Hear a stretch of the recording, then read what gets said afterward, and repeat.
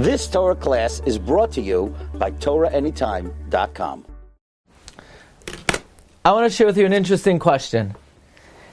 In Parshas Kisisa, the pasuk says, Lama yamiru Mitzrayim leimar bira yitziam laharoi goysam beharim.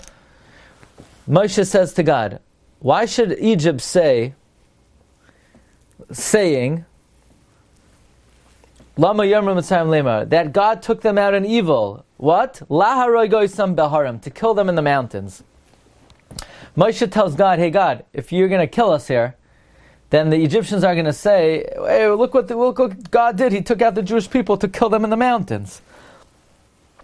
So, it's a big question. What do you mean to kill them in the mountains? What mountains? God wasn't going to kill them in the mountains. They were in the desert. It's not the mountains. Couldn't be further from what happened. If the Rebbe Shalom was going to wipe them out because of the Chet HaEgal, then it wasn't going to be kill them in the mountains. It was going to be kill them in the desert.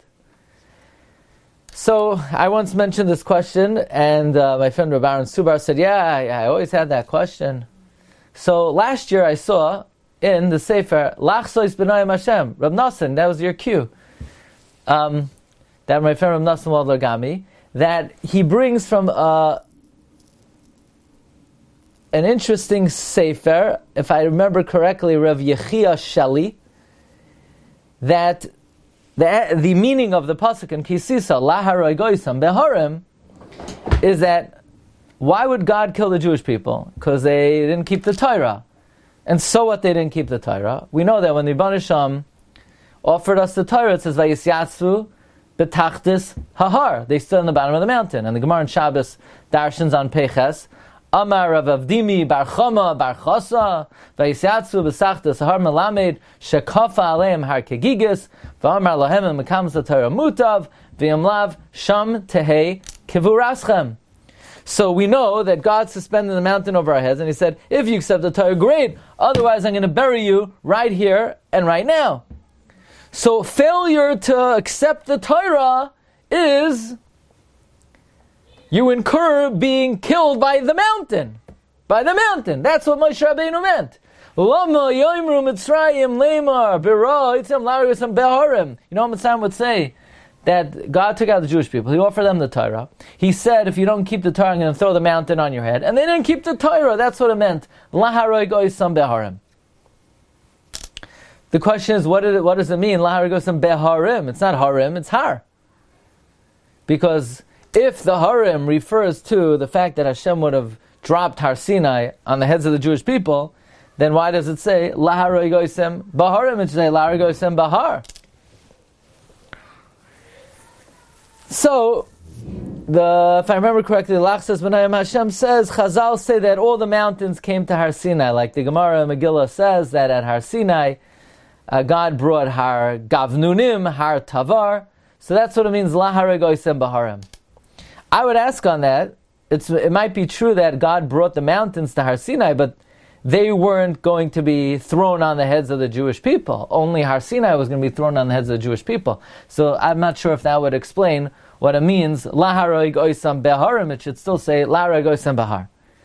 So I would like to say a very simple answer, and that is, Shabbos morning we sing the following Zemer.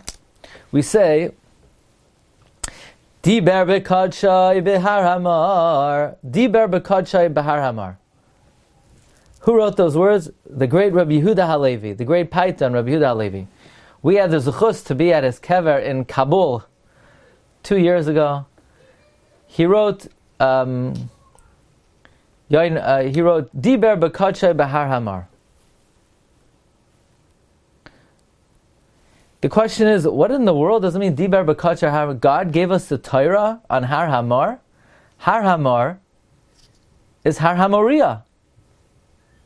God gave us the Torah on Har Hamoriah? No, He didn't. He gave us the Torah on Har Sinai. What do you mean He gave us the Torah on Har Hamoriah? So actually, I looked in the Zmiros for Reb Chaim Kanievsky, and Reb Chaim Kanievsky is bothered by this question. So he said that if you look in Masechta Tainus, on Daf Tezayin, the Gemara asks that why is Har Hamoriah called Har Hamoriah? So the Gemara says it's a mountain that had Har Shamisham Yatsa Moira Le'umay Sa'ilam. That's the mountain from where fear went out to all the nations of the world. When? So Tosfos says either it refers to the Temple Mount, or Rashi and Tosfos says both. That Har Sinai could also be referred to as Har Hamoriah. That it is correct to refer to Har Sinai as Har Hamoriah. So therefore, that would answer what Rabbi Yehuda Halevi means. Diber b'kadshay b'Har Hamor. He spoke in his holiness on Har Hamor. What do you mean? Not Har Hamoriah? No. Har Sinai could also be called Har Hamoriah. I would ask, why? Why could Har Sinai be called Har Hamoriah? That's like saying, Mount Everest could also be called Mount Washington. I mean, they're two different mountains.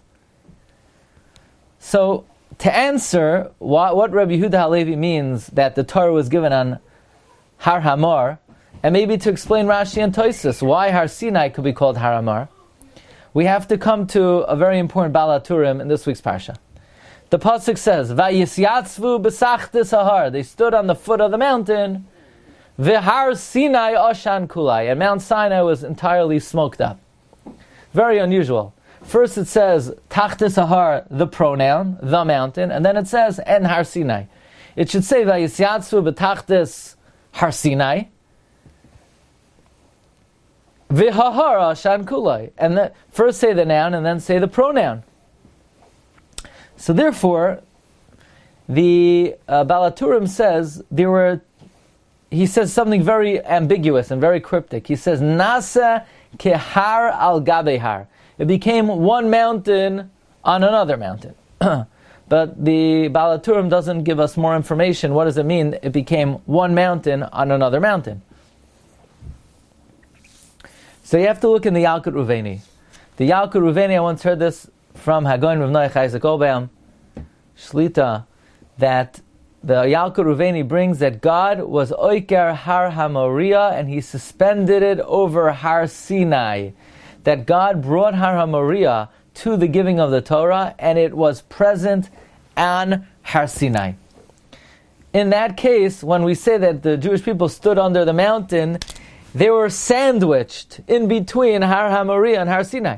So it is true, Diber b'kadshay b'Har Hamor. God gave us the Torah on Mount Moriah. How's that? I thought He gave it to us on Har Sinai. No, Hashem brought Har Hamoriah all the way here to be present at the giving of the Torah. I believe that would answer Lama Yomru Mitzrayim Lema B'Rahisam B'Rahitzam Laharoigoisam Beharim. Mountains. What are the mountains? There are two mountains, Har Sinai and Har Hamoriah. Those were the two mountains that were threatening the Jewish people. Im mekablim es haTorah mutav, v'yom lav sham tehei kivuraschem.